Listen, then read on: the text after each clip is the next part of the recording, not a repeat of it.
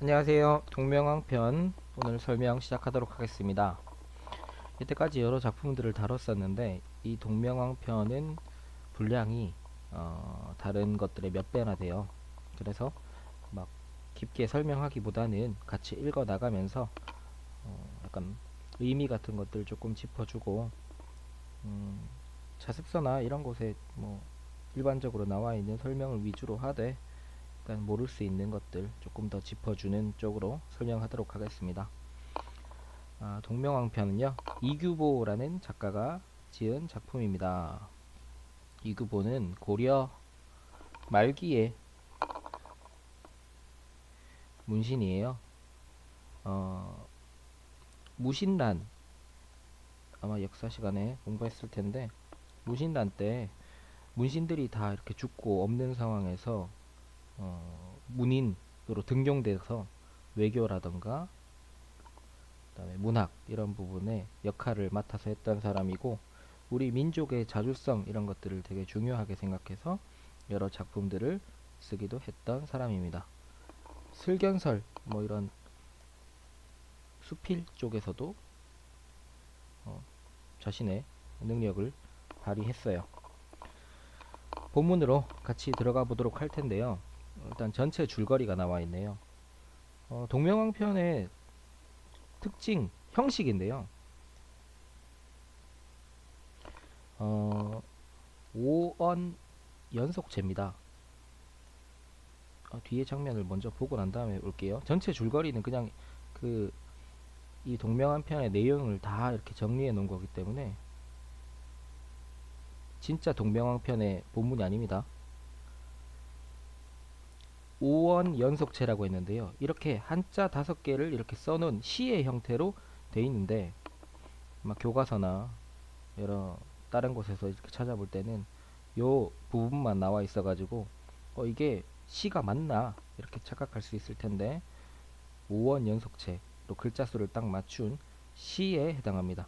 그런데 서정을 다룬 그러니까 감정 정서를 다룬 서정시가 아니라 서사시 서사시에 속합니다. 서사시라는 것은 사건을 뭐 그대로 기술한 그런 시다 이렇게 볼 수 있겠는데 역사적 사실이나 신화 전설 뭐 영웅의 이런 이야기를 서사적 형태로 쓴 글을 서사시라고 합니다. 줄거리부터 먼저 볼게요. 하느님의 아들 헤모스는 천신이라는 것을 알 수가 있죠. 아침에는 인간 세계에 내려와 정사를 덜 보고 저녁에는 하늘로 돌아갔다. 어느 날 하백의 세 딸이 물가에서 놀았는데 하백이라는 것은 수신입니다. 물의 신. 헤모수가 새 처녀를 유인했다. 아름다운 여인을 이렇게 유혹한 거죠. 맏딸 유하가 헤모수에게 잡혔다. 하백이 노하여 헤모수와 변신술 제가 친 거라 가지고 오타가 있네요. 변신술을 겨루었는데 패배했다. 이 헤모수가 되게 뛰어난 능력을 발휘한 것이 여기서 나타납니다. 뭐 막 새로 변신하고 뭐 이렇게 서로 쫓고 쫓기고 이런 거를 다퉈요. 하백은 해모수를 붙잡아 두려 했으나 해모수는 하늘로 돌아가 버리고 성난 하백은 유화를 우발수로 쫓아 버렸다. 동부여의 금화왕이 유화를 데려갔는데 유화가 알을 낳았다. 알에서 이제 주몽이 태어납니다. 보면은 유화는 수신의 딸이고 아버지는 해모수라고 볼 수 있겠죠. 그래서 천신과 수신의 결합에서 알이 탄생해서 여기서 주몽이 태어납니다. 알에서 태어난 주몽은 활을 잘 쏘고 재능이 뛰어나 이 부분이 좀 중요한데 비범한 능력을 가지고 있어요. 이 주몽이 동명왕이 주몽을 얘기하는 거잖아요. 이 주몽의 영웅성을 드러나는 건데 영웅이니까 당연히 비범한 능력을 가지고 있겠죠. 그리고 여기 하나의 더 특징이 있습니다. 영웅은 기이한 탄생. 일반 사람하고 똑같이 태어나질 않아요. 알에서 이렇게 태어나고, 그죠? 금화왕의 왕자들에게 시샘과 위협을 받았다.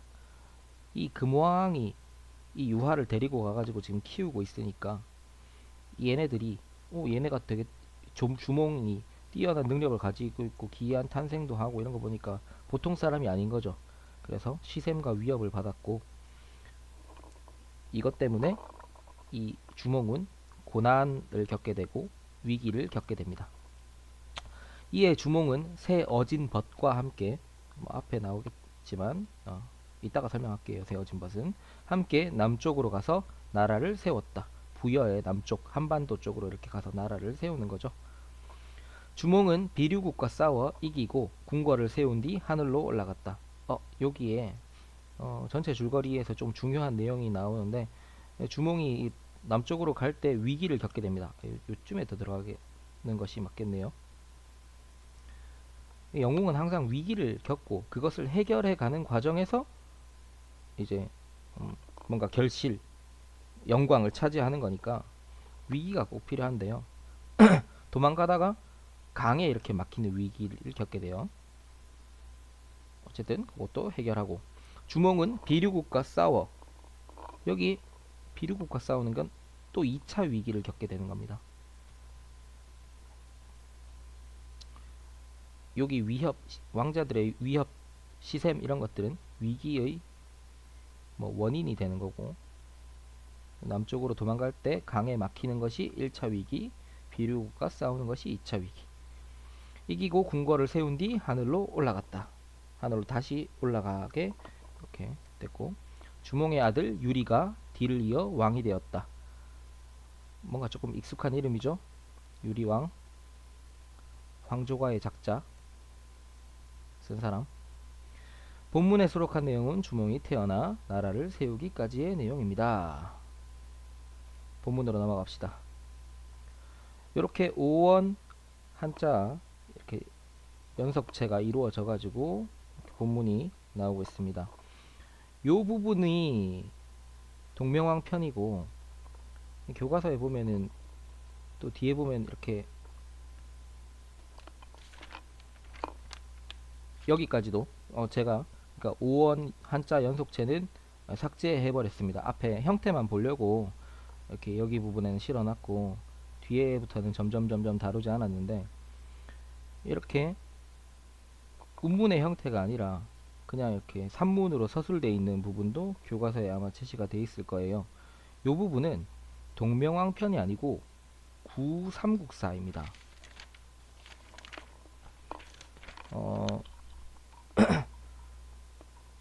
구삼국사의 주몽신화 부분을 이 동명왕편을 쓰면서 같이 이렇게 서술을 해놨어요. 다른 글인데 요 해당하는 부분에 구삼국사를 같이 실어놓은 겁니다. 그래서 약간 해설처럼 볼 수도 있고요. 조금 내용이 다른 부분도 있는데 이따가 더 깊이 보도록 합시다. 왕이 헤모스의 왕비인 것을 알고 이에 별궁에 두었다. 왕이라는 것은 금화왕.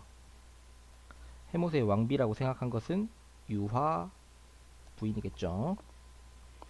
해를 품고 주몽을 낳았으니 이게 해가 주몽에 영향을 주었다라는 게 하늘에서 내려온 신적 존재라는 것을 또 보여주는 것이죠. 얘가 계인년이었다.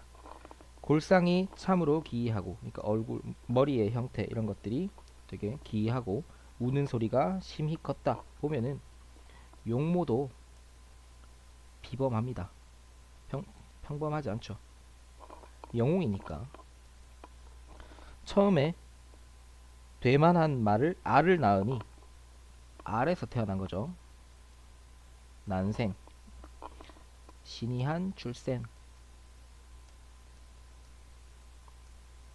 보는 사람들이 깜짝 놀랐다.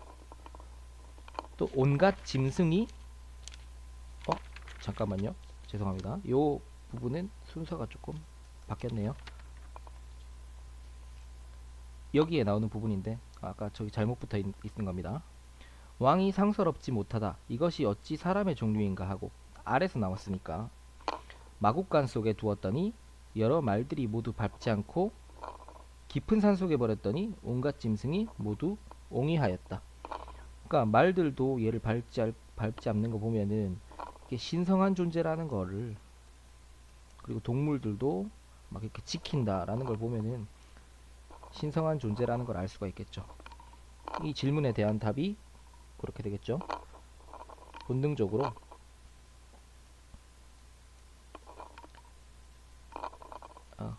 알 속의 생명체가 신성한 존재라는 것을 알았기 때문에, 이렇게 질문에 답할 수 있겠습니다. 9394의 내용이 계속해서 연속됩니다. 앞의 내용을 거의 설명한다고 볼 수 있어요. 왕이 천재 아들의 비인 것을 알고 금왕이 유화를 별궁에 가두었더니 그 여자의 품 안에 해가 비치자 천신의 그런 영향을 받아서 임신하고 개년 여름에 주몽을 낳았다. 근데 우는 소리 크고 골상이 영특하고 기이하였다. 용모도 비범했다. 처음 낳을 때 좌편 겨드랑이로 알 하나를 낳았는데 또 겨드랑이로 낳았대요. 특이하죠.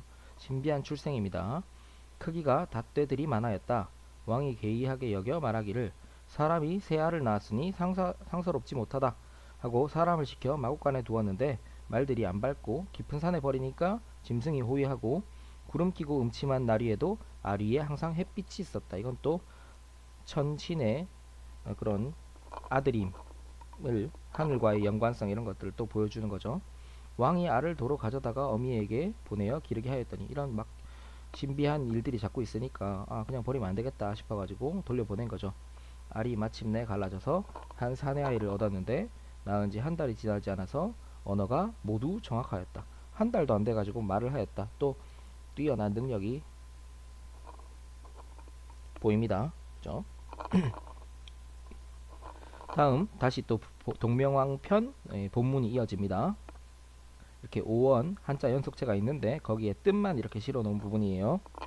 어미가 우선 받아서 기르니 한 달이 되면서 말하기 시작하였다. 비범한 능력, 아까도 얘기했죠. 스스로 말하되 파리가 눈을 빨아서 누워도 편안히 잘 수 없다 하였다. 파리가 방해했나 봅니다. 어머니가 한 달 이렇게 어린 아이한테 활과 화살을 만들어 주니까 그 활이 빗나가는 법이 없었다. 또 비범한 능력이 나타나죠. 활을 잘 쏜다.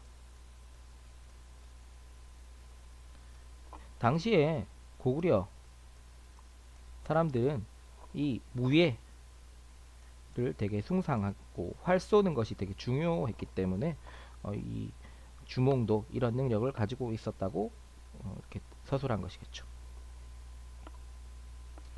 어머니에게 파리들이 눈을 빨아서 잘 수가 없으니 활과 화살을 만들어 주오 하였다. 그러니까 만들어 주니까 파리를 막 화살로 쏴 맞힌다. 주몽이라고들 한다.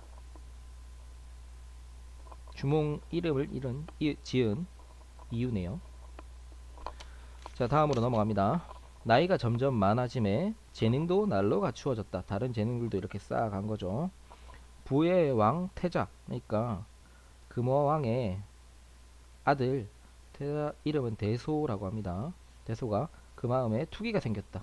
질투하는 마음이 생긴 거죠. 재능이 뛰어나고 막 탄생 이런 것도 비범하고 하니까 말하기를 주몽이란 자는 반드시 범상한 사람이 아니니 만일 일찍 도모하지 않는다면 후환이 끝없으리라 하였다. 질투하는 그런 말들을 하게 되는 거죠.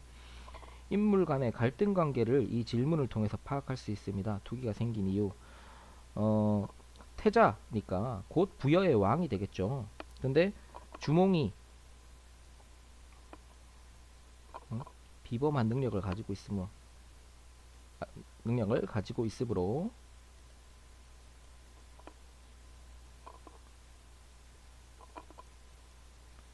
부여의 위협적인 인물이 될 거라고 생각하고,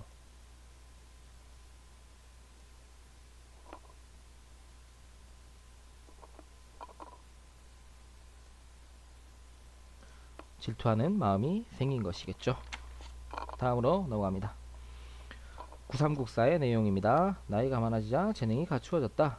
아들 7 있었는데 항상 주몽과 함께 놀며 사냥하였다. 원래는 잘 지냈는데 왕의 아들과 따르는 사람 40여인이 겨우 사슴 한 마리를 잡았는데 주몽은 사슴을 퍽 많이 쏘아 잡았다. 왕자가 시기하여 주몽을 붙잡아 나무에 묶어 매고 사슴을 빼앗았는데 주몽이 나무를 뽑아버리고 갔다. 태자대소가 대소 이름 또 나왔네요. 주몽이란 자는 신통하고 용맹한 장사여서 눈초리가 비상하니 만일 일찍 도모하지 않으면 후환이 있을 것입니다. 라고 걱정하는 말을 질투하는 말을 이렇게 왕한테 얘기하는 거죠. 보니까 이 왕자가 시기해서 사슴 빼앗아서 이렇게 나무에 묶어 놓은 거 이런 것들도 나름의 위기잖아요. 그죠? 근데 요 나무 뽑아버린 거 보면은 힘이 그만큼 세다는 거죠. 비범한 능력으로 위기 극복했다고 볼 수 있겠습니다. 여기서는 이렇게 자잘한 위기들도 많이 겪고 있습니다. 다음으로 넘어가서 왕이 가서 말을 기르게 하니 아니 주몽이 되게 하늘의 그런 핏줄 그리고 수신의 수신 어머니를 이렇게 둔 비범한 능력을 가지고 있는 사람인데 말을 키우게 한 거죠. 약간 그 비천한 일이라고 할 수 있겠습니다. 그 뜻을 시험하고자 함이었다. 주몽이 스스로 생각하니까 천재의 손자가 천하게 말을 기르는 것이 참으로 부끄러워. 이제 여기부터가 주몽이 내적 갈등하기 시작해요. 스스로 마음속에서 갈등합니다. 가슴을 어루만지며 항상 혼자 탄식하기를 사는 것이 죽는 것만 못하다. 나는 왜 이렇게 살고 있냐? 자괴감에 빠지는 거죠. 마음 같아서는 장차 남쪽 땅에 가서 나라도 세우고 성시도 세우고자 하나 성시라는 게 성으로 둘러싸인 시가 그러니까 어떤 도시 이런 것들을 만들고자 하나 사랑하는 어머니가 계시기 때문에 이별이 참으로 쉽지 않구나. 포부와 현실이 마음속에서 갈등하고 있는 거죠. 현실은 어머니가 여기 부여에 있으니까 포부는 이렇게 왕이 돼서 나라 건국하는 이런 내적 갈등에 빠져 있습니다. 그런데 이 질문에 대한 대답은 이따 합시다. 여기 구삼국사 내용을 보면요 조금 다릅니다. 왕이 주몽에게 말을 기르게 하여 그 뜻을 시험하였다. 주몽이 마음으로 한을 품고 어머니에게 나는 천재의 손자인데 남을 위하여 말을 기르면서 사는 것이 죽는 것만 못합니다. 남쪽 땅에 가서 나라를 세우려고 하나 어머니가 계셔서 마음대로 못합니다. 라고 하였다. 라고 하는데 내적 갈등이 앞에 동명왕편의 본문이 훨씬 더 깊이 드러나 있어요. 여기서는 마음대로 못합니다. 그냥 이렇게 상황 서술이고 마음의 갈등이 깊이 안 드러나 있잖아요. 보면은 내적 갈등이 조금 더 부각돼 있습니다. 여기가 그죠? 그래서 건국에 좀 정리할게요. 포부와 비참한 현실 사회에서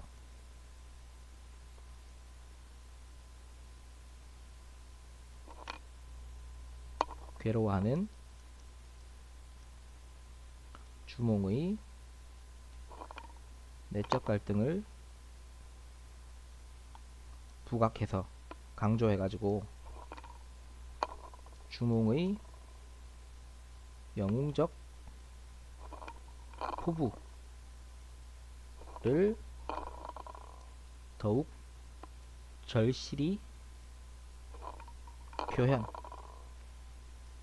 표현한다고 볼 수 있겠습니다. 자, 주몽이 마음속으로 갈등하는 이유는 요거죠.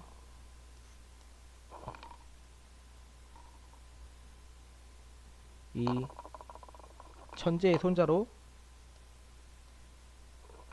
마국간에서 일하는 자신의 신세가 부끄럽기도 하고 그 다음에 포부를 이루려면은 어머니와 이별해야 되니까 그 괴로움이 있기 때문에 갈등하는 이유가 되겠습니다. 다음으로 넘어갑니다.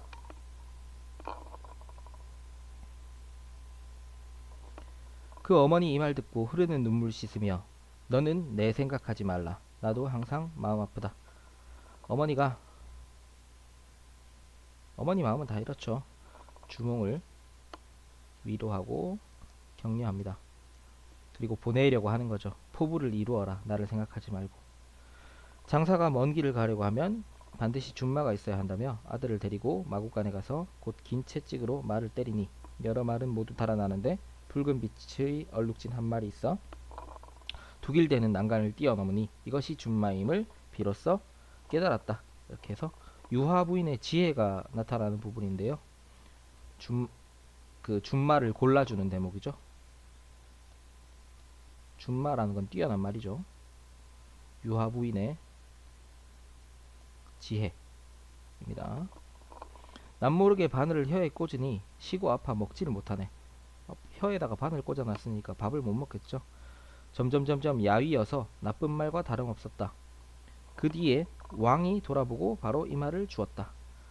이렇게 준말을 골라줬으니까 그 말을 받기 위해서 일부러 야위게 만들고 왕이 그 야윈 말을 선물로 주니까 반을 뽑고 다시 먹여가지고 이 준말을 회복시킨 거죠. 여기는 또 주몽의 지혜죠. 왕이 제일 좋은 말 줄 리가 없으니까 일부러 나쁘게 만들었다가 다시 획득합니다. 그 어머니가 이것은 내가 밤낮으로 고심하던 일이다. 내가 들으니 장사가 먼 길을 가려면 반드시 준마가 있어야 한다. 내가 말을 고를 수 있다. 라고 해서 또 유아 부인의 지혜가 나오고 주몽이 또 지혜를 발휘해서 야위니까 요것들을 이렇게 받아가지고 반을 뽑고 먹였다. 넘어갑니다. 자, 가만히 새 어진 벗을 맺으니 라는 이 동명편의 본문인데요. 오이, 말이, 협보라고 합니다. 이 지혜로운 인재를 이렇게 모아서 그를 활용할 수 있는 리더로서의 능력이 또 나타난다고 볼 수 있겠습니다. 남쪽으로 행하여 엄체수에 이르러 건너려 하여도 배가 없었다. 자, 주몽이 또 큰 위기에 빠집니다. 군사들이 쫓아오고 있을 텐데 갈 곳이 없는 거죠. 자, 밑에 구삼국사 내용 보겠습니다. 건너려 하나 배는 없고 쫓는 군사가 곧 잃을 것을 두려워하여 채찍으로 하늘을 가리키며 개연히 탄식하기를 나는 천재의 손자 해모수의 그 아들이죠. 해모수가 천재의 아들이었으니까 손자며 하백의 외손 수신의 딸인 유화의 아들이니까 외손인데 이렇게 고귀한 혈통 밝힌 거죠. 지금 난을 피하여 여기에 이르렀으니 황천과 후토는 황천은 하늘의 신, 후토는 뭐 땅의 신 또는 땅의 신이에요. 그죠? 나 고자를 불쌍히 여기시어 속히 배와 다리를 주소서. 이렇게 얘네들한테 호소를 하고 있습니다. 하고 말을 마치고 활로 물을 치니 고기와 자라가 나와 다리를 이루어 주몽이 건넜는데 한참 뒤에 쫓는 군사가 이르렀다. 고기와 자라가 다리를 이렇게 만들어 준 거죠. 물 사이에. 수신의 손자니까 수신이 아마 도와준 거겠죠. 자, 질문 봅시다. 이렇게 밝힌 이유는 무엇일까? 위기 상황에서 자기 신분을 이렇게 밝히는 거죠. 자신의 신분을 밝혀 천재와 하늘의 옥황상제 하백의 도움으로 위기를 벗어나려고. 자, 이렇게 영웅이 어떤 위기를 벗어나는 이런 형태를 보면요, 보통의 영웅설화들에서 다 어떤 조력자들의 도움이 있어요. 이 동명왕 편, 그러니까 동명왕설화, 주몽설화에서는 이런 천재와 하백의 도움이 있었기에 이 위기를 벗어나는 부분을 좀 포인트로 알고 있어야 될 것 같습니다. 채찍을 잡고 저 하늘을 가리키며 개연히 긴 탄식을 바란다. 앞의 내용이랑 연관되는 부분입니다. 천재의 손자 화백의 외손이 난을 피하여 이곳에 이르렀소. 불쌍한 고자의 마음을 황천 후토가 참아버리시리까. 활을 잡아 하수치니 이렇게 고기 자라가 다리를 만들어 가지고 건널 수 있었다. 근데 조금 뒤에 쫓는 군사가 이르러 다리에 오르니까 얘네들은 주몽 때문에 다리를 만들었던 건데 바로 이렇게 풀어지는 거죠. 그래서 곧 무너졌다. 그래서 모두 빠져 죽었다. 다음 부분은 이제 약간 유화 부인이 뛰어난 부분을 또 보여주는 부분인데요. 한 쌍의 비둘기 보리 물고 날아 신모의 사자가 되어왔다. 신모라는 것이 신의 어머니 유화 부인이에요. 근데 보리를 물고 왔다는 거는 곡식, 그러니까 농경 사회를 표현하고 있는 부분인데, 이렇게 유목민족, 그러니까 말 타고 이렇게 달려가는 것들이 약간 유목민족 이런 것들을 의미한다고 볼 수 있는데, 이렇게 농경까지도 사회를 이루었다라고 볼 수 있어요. 이거를 또 도와주는 존재가 유화부인인데, 유화가 곡식의 신이라는 것을 이 내용을 통해서 우리가 알 수가 있습니다. 반복되는 내용입니다. 조금 더 자세히 설명돼요. 주몽에 이별할 때 차마 떠나지 못하니 어머니가 말하기를 너는 걱정 말라 하고 오곡 종자를 싸주어 보내었다. 곡식의 신 유화. 주몽이 살아서 이별하는 마음에 애절하여 보리 종자를 잊어버리고 왔다. 잊어버리고 왔는데 비둘기 한 쌍한테 이렇게 어머니가 보낸 거죠. 신모께서 보리 종자를 보내신 것이리라 하고 활 잘 쏘는 주몽이니까 바로 새를 딱 쏘아서 떨어뜨려 보리 종자를 딱 얻고 난 다음에 물을 뿜으니까 비둘기가 다시 살아나가서 날아갔다고 한다. 그러니까 뭐 평범하지 않죠. 신이 한 행적이라고 볼 수 있겠습니다. 자, 다음 마지막 결론 부분인데요. 형세의 좋은 땅에 왕도를 개설하니 산천이 울창하고 높고 컸다. 이렇게 독자적으로 나라를 건국했어요. 스스로 띠자리 위에 앉아서 왕이 된 거죠. 대강 군신의 위치를 정하였다. 그래서 왕부터 신하까지 이렇게 위계 질서를 세우고 나라의 체제를 갖춘 것으로 볼 수 있겠습니다. 그러니까 영광을 차지하고 위협을 달성한 부분이라고 할 수 있겠습니다. 자, 우리 교과서에 나온 부분들은 내용들을 거의 다 짚었고요. 가장 좀 또 중요한 포인트 중에 하나가 이 영웅의 일생이 잘 드러나 있는 전설, 서사시라고 할 수 있는데, 일반적으로 영웅이라면 거쳐야 할 단계들이 있거든요. 그것들을 이렇게 종합해 놓은 그런 이론들이 있는데, 이 동명왕편에서는 어떤 식으로 적용되었는지 한번 보도록 합시다. 일반적인 영웅의 일대기라면은 요 조건들을 다 갖추고 있습니다. 고귀한 혈통, 그 다음에 기이한 탄생, 고난, 위기, 그 다음에 거기를 해결하기 위해서 구출자, 양육자를 만나서 도움을 얻어서 해결하고 다시 위기를 맞고 거기서 승리해서 영광을 차지하는 단계로 이렇게 일대기 구성이 이루어지는데요. 주몽에서는, 그러니까 주몽은 어떤 이런 영웅적 면모를 보이는가? 자, 이게 고귀한 혈통을 지닌 거죠. 천재의 아들 해모수와 하백의 딸 수신 유하와 사이에서 이렇게 자식으로 태어났다. 두 번째, 이거는 기이한 탄생입니다. 해를 품어 잉태하고 알에서 태어났다. 세 번째, 비범한 능력입니다. 한 달 만에 말하고 활 잘 쏘가지고 파리도 이렇게 잡고 여러가지 능력들 많이 보여줬죠. 새를 이렇게 활로 쏘고 난 다음에 그 새가 살아나도록 만든 것도 있었고, 태자 대소의 시기로 사냥할 때 위기에 겪게 되니까 힘으로 그냥 나무를 뽑아버리는 경우도 있었고 많습니다. 주몽을 시기한 태자가 그를 없애고자 함, 이렇게 쫓아오는 그런, 이게 위기, 고난이죠. 이 부분은 위기죠. 일찍 가족과 헤어지거나 고난에 부딪히는 부분. 그리고 또 이것도 위기라고 볼 수 있겠네요. 모함을 받아 도망치는 와중에 넓은 강에 맞닿게 됨. 도망갈 곳이 이렇게 없으니까 위기에 빠지게 되는 건데, 물고기와 자라의 도움, 이게 구출자, 양육자. 이거 양육자에 해당하진 않죠. 양육자는 키워주는 거니까. 어쨌든 구출자의 도움으로 강을 건너 고려를 건국한다 라고 볼 수 있겠고요. 여기는 덜 나와 있는데요.